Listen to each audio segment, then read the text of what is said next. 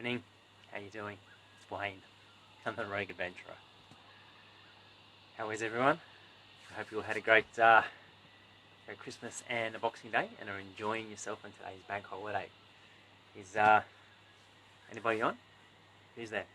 So, just going to quickly say, if you're watching a replay, why don't you jump on and tick the notification box so you get notified of when I'm on and you can hear what I'm doing and I'm doing it, and instead of being late. But that's all good, just joking. So hey guys, Gabby, how you doing? Previously, as you know, I've spoken about some of my challenges with PTSD and how and then I've spoken about how developing routines have helped me with the development of positive coping mechanisms, and also allowed me to engage in basically living a life by my own terms. So hey, how you doing? Hey, Bree's watching. So today I just wanted to share a little bit about how exercise and incorporating it into your daily routine can be beneficial for your health, both mental and physical, obviously. So it's long been established that exercise and the management of mental health really do go hand in hand. And there's something about the movement that is really great for decluttering the mind, giving it a huge clearing effect. Whether it's just the endorphins, the rush, the power of the breath, or whatever, it really does brighten your day. I've even heard, it's quite funny, that running has been described as a mental windshield wiper for, the brain. Okay, really great way to clear out the fuzz and to make things pleasant and beautiful. All right, get you some mental clarity. So basically, a bit about me. It was never my intention to start running ultra marathons, or even think that I enjoy them.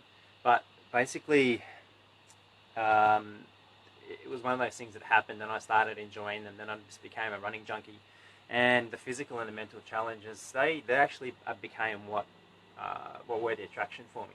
So I believe that that it helped to give back for me, helped to give back a sense of purpose and belonging, and I think that this is due to the community that is built or based around running.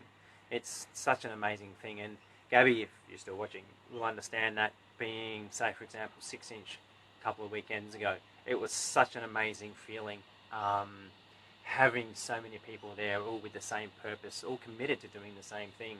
And that's not saying that it was anything teamwork or team related. Hey Lisa, how you doing? But it's something that allowed people to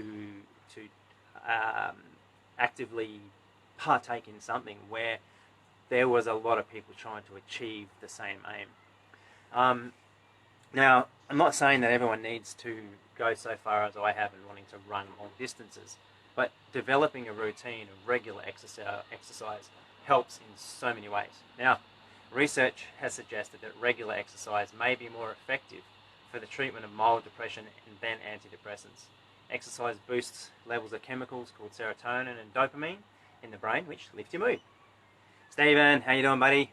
So exercising on a regular basis can boost your self-esteem and confidence, right, which is a huge thing. And it can help relieve symptoms of depression. And essentially, if you wanted to, you could even ask your GP to refer you to a qualified fitness trainer, for example, exercise scheme. And if you're a veteran or you've been in defence, then you may even qualify for DVA's Heart Health Program. Check it out.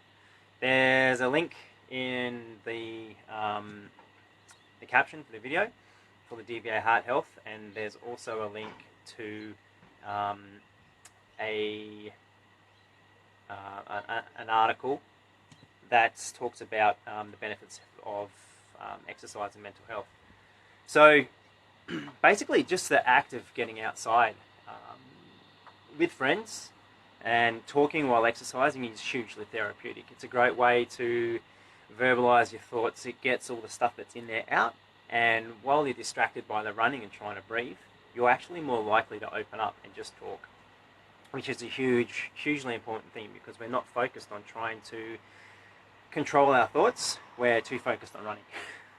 I think a few people might understand that. And we just tend to share our thoughts a little bit more freely. So it's quite often that after having a huge run or just a run, we feel like we may have solved some of the world's problems. And it's true because we've gotten things out.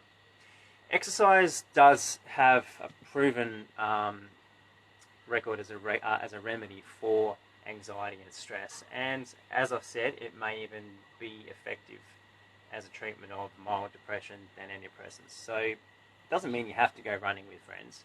You can go out on your own. Sometimes you just need to. So just go out for a run on your own or some exercise, and that's going to help to clear your mind. It's going to help declutter, and you'll be surprised at how great it is. Running also offers a great opportunity for mental quiet and reflection. And sometimes it's hard these days to disconnect, to get away from these things that distract us, the phone, the computer, the emails, all that other stuff, all right? And there's times, Brendan, how you doing, mate? There's times where you just do need to disconnect. And going for a run. Hey, Paul, how you doing, mate? Sometimes just getting out for a run can be a really great way to help just get away, disconnect for 20 minutes, all right? So often the hard part for people who are experiencing mental fitness issues is basically getting out the door. And sometimes that difficulty is what stops you. But if we engage in conversation like this one and set up support networks, then we're going to be able to help encourage people who are experiencing issues to get out with people, to go for a run, or just to begin associating with people who understand where they're at. And that's something that I think is super important. So what's really important is, thank you, Bree, great tips, definitely. What's really important is starting conversations like this one, okay, about mental health and about building support networks, because the right support is what's going to make it easier to get a handle on how mental illness and associated feelings of low self-esteem, low energy, lack of confidence, okay, and isolation barriers, they prevent us from doing what we know is good for us. So I've previously spoken about starting a weekly webinar where we can share information about how we manage mental health. It'll be a place for peer-to-peer support, and I am thinking about starting this next week, okay, in the first week of January. Hopefully we can pull it all off. So fingers crossed that works, and if we can organise it. Hey V, how are ya? If we can pull that off, I think it'll be really beneficial.